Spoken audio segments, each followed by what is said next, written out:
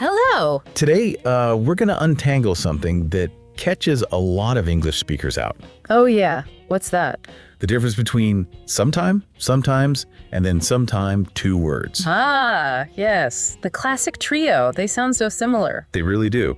And it seems simple, but, using the wrong one can actually shift your meaning quite a bit. Absolutely. It's one of those details that really sharpens your English once you get it down, makes things much clearer. So our goal today isn't just definitions. We want you to sort of feel how they work differently. Good plan. Where should we start? Okay, let's kick off with sometime. That's S-O-M-B-T-I-M-E, all one word. Got it. One word. Think of this one as pointing to, an unknown or unspecified point in time. Like someday or perhaps later. Exactly. If you say, hey, let's grab coffee sometime, you're suggesting it, but, not setting a specific date or time. Right. The key is unspecified. It's vague on purpose. You see it in writing too. Like in Kristen Hanna's The Nightingale, there's a line, something like, Sophie kicked off the covers sometime in the night. Ah, so we don't know when exactly, just during the night. Precisely. The exact moment isn't the point. It just happened then. And there's another, maybe less common use for sometime, right? Yeah. As an adjective. Oh, good point. Yeah, meaning like occasional or former. So you might say, he's a sometime collaborator. Exactly, meaning he collaborates occasionally, or maybe he used to, not constantly. It's a bit more niche, that usage, but useful to know. Definitely. Okay, so that's sometime unspecified point, or occasionally as an adjective. Right. Next up, sometimes. Also one word, S-O-M-E-T-I-M-E-S.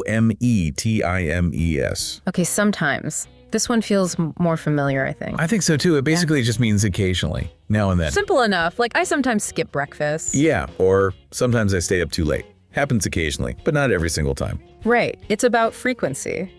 And literature uses this naturally too. Ishiguro's The Buried Giant has a bit, sometimes glancing toward the crowd, sometimes at Axel. Oh, nice example. It shows that intermittent action, looking one way then the other, back and forth. Exactly. It paints that picture of occasional shifts in attention. And what's quite handy with sometimes is this flexibility in a sentence, isn't it? Totally. You can put it almost anywhere. Right. Sometimes she texts, she sometimes texts, she texts sometimes. And the meaning that it happens occasionally stays the same. It's just an adverb doing its job, indicating frequency. Okay, clear enough. So that brings us to the third one. Sometime. Two separate words. Sometime. Okay, the space matters here. It really does. This one is all about a period or a duration of time. An amount of time. So not when, but how long, in a sense. Exactly. If you say, we really need some time to figure this out, you mean you need a block of time, a duration. Makes sense. Like you need an hour or a few days or maybe longer. A quantity of time? Precisely. There's that example from Saranovich's Girl at War. I think we need some time apart. Ooh, yeah. Clearly means a period of separation, a duration. And Kristen Hanna, again, describing a place. It looked like no one had been in this apartment for some time. Right, implying a significant period had passed. A noticeable duration of emptiness or absence. So it's really about that length, that stretch of time. Got it. Okay, that feels distinct now. So quick recap then.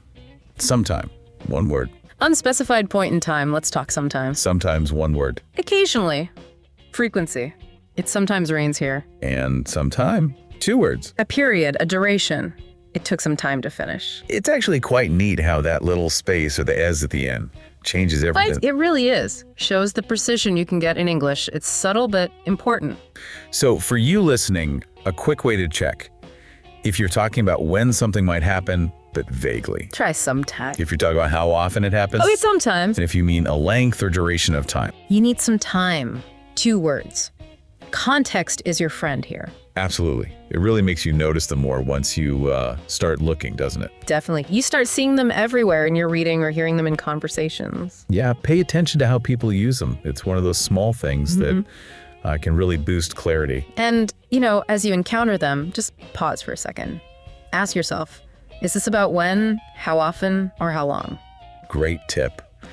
That little check can make all the difference. Well, thanks for taking this deep dive with us today. Yeah, keep listening, keep reading, and you'll find these distinctions start to feel, pretty natural after a while.